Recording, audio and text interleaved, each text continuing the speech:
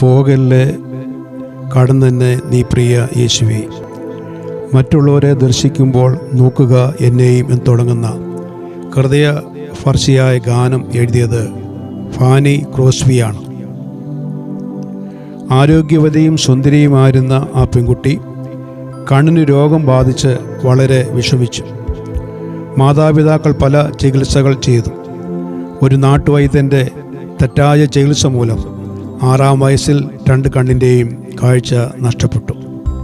തിരിച്ചറിവിൻ്റെ പ്രായമാവാൻ മുമ്പേ അന്ധയായി തീർന്ന ഫാനി ക്രോസ്ബി ദൈവം തന്നെ പ്രത്യേക ദൗത്യ നിർവഹണത്തിനായി വിളിച്ചിരിക്കുന്നുവെന്ന് തിരിച്ചറിഞ്ഞു. ന്യൂയോർക്കിൽ 12-ാമത്തെ വയസ്സിൽ പഠനത്തിനായി പോയി. പിന്നീട് വളർന്നു കഴിഞ്ഞപ്പോൾ അന്ധരെ പഠിപ്പിക്കുന്ന സ്കൂളിൽ അധ്യാപികയായി.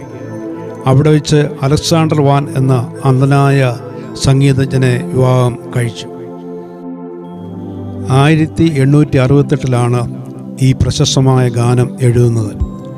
മാൻഹട്ടൻ എന്ന സ്ഥലത്തുള്ള ഒരു ജയിൽ സന്ദർശന വേളയിൽ ഒരു തടവുകാരൻ്റെ കരഞ്ഞുള്ള പ്രാർത്ഥന കേൾക്കുവാൻ ഇടയായി.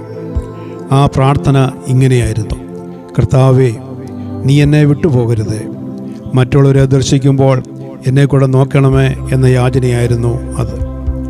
ഈ ശബ്ദം തൻ്റെ കാതുകൾ അലയടിച്ചപ്പോൾ കർത്താവ് എരിഹോയിൽ കൂടെ കടന്നു പോകുമ്പോൾ തിമായുടെ മകനായ ബർത്തിമായി എന്ന കുരുടൻ, ദാവീദുപുത്രാ, എന്നോട് കരുണ തോന്നണമേ എന്ന നിലവിളിച്ച ശബ്ദം ഓർമ്മയിൽ വന്നു. ആ ചിന്തകൾ ഹൃദയത്തിൽ രൂപം കൊണ്ടപ്പോൾ പ്രശസ്തമായ ഈ ഗാനം എഴുതി. ഏകദേശം 8500-ലധികം ഗാനങ്ങൾ ഈ മംഗളാരത്നം രചിച്ചിട്ടുണ്ട്. എങ്കിലും അതിലൊക്കെ മനുഷ്യഹൃദയങ്ങളെ സ്വാധീനിച്ചിട്ടുള്ള ഗാനങ്ങളിൽ ഒന്നാണ് ഇത്. പ്രശസ്ത പ്രസംഗകരായ D.L. മൂഡിയും സാങ്കിയും ലണ്ടനിലെ ഉണർവിൻ്റെ കാലഘട്ടത്തിൽ ഫാനിയുടെ ഗാനങ്ങളിൽ ഏറെ ആകൃഷ്ടരായിരുന്നു. അനേകായിരങ്ങൾ ഫാനിയുടെ ആത്മനിറവിൽ നിന്നും ഒഴുകിയ ഗാനങ്ങളാൽ ആത്മപ്രചോദിതരായി തീർന്നിട്ടുണ്ട്. ഒരിക്കൽ സ്കോട്ട്ലൻഡിലെ ഒരു മന്ത്രി ഫാനിയെ സന്ദർശിച്ചു. അവരുടെ കഴിവുകൾ കണ്ടറിഞ്ഞ അദ്ദേഹം അത്ഭുതപ്പെട്ടു. അദ്ദേഹം ചോദിച്ചു, ഇത്രയധികം കഴിവുകൾ തന്ന് നിങ്ങളെ സമ്പുഷ്ടമാക്കിയ ദൈവം തൻ്റെ സ്നേഹത്താൽ കാഴ്ചശക്തിയോടെ തരാഞ്ഞത് എന്തുകൊണ്ട്?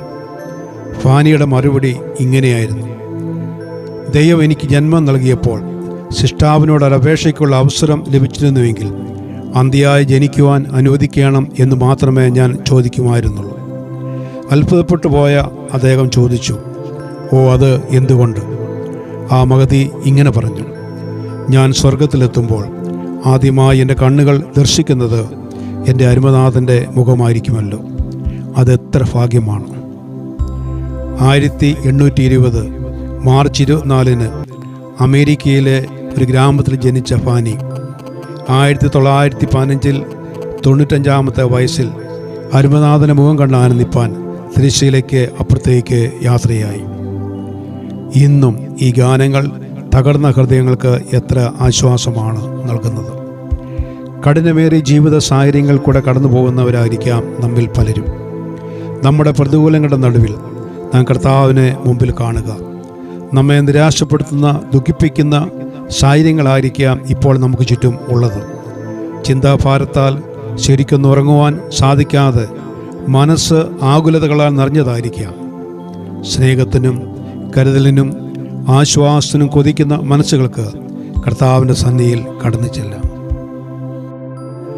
അല്പമാം ഉപകരണങ്ങൾ കൊണ്ട് നൽപ്പഴും വേലകൾ ചെയ്യുന്ന ദൈവം തൻ്റെ മക്കളെ കൊണ്ട് മഹത്തരമായ വേലകൾ ചെയ്യിക്കാറുണ്ട്.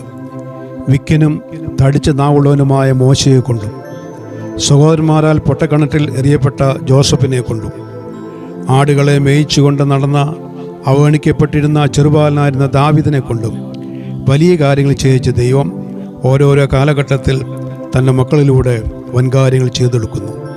ദാവീദിൻ്റെ കവണയും കല്ലും കൊണ്ട് മല്ലനായ ഗോലിയാത്തിന്മേൽ ജയമെടുത്ത് ഇസ്രായേൽ രക്ഷിപ്പാൻ ദൈവം ശക്തനാണ്. നമ്മുടെ വിവിധമായ പ്രതികൂലങ്ങളുടെ നടുവിലും നമുക്ക് സഹായകനായി ദൈവം കൂടെയുണ്ടെന്ന് തിരിച്ചറിയുക. അവിടുന്ന് സ്നേഹവാനാണ്. ആശ്വാസത്തിൻ്റെ ഉറവ അവിടെയുണ്ട്. കരുതലിൻ്റെ ആണിപ്പാടേറ്റ കരം നമ്മെ മാറോട് ചേർക്കും.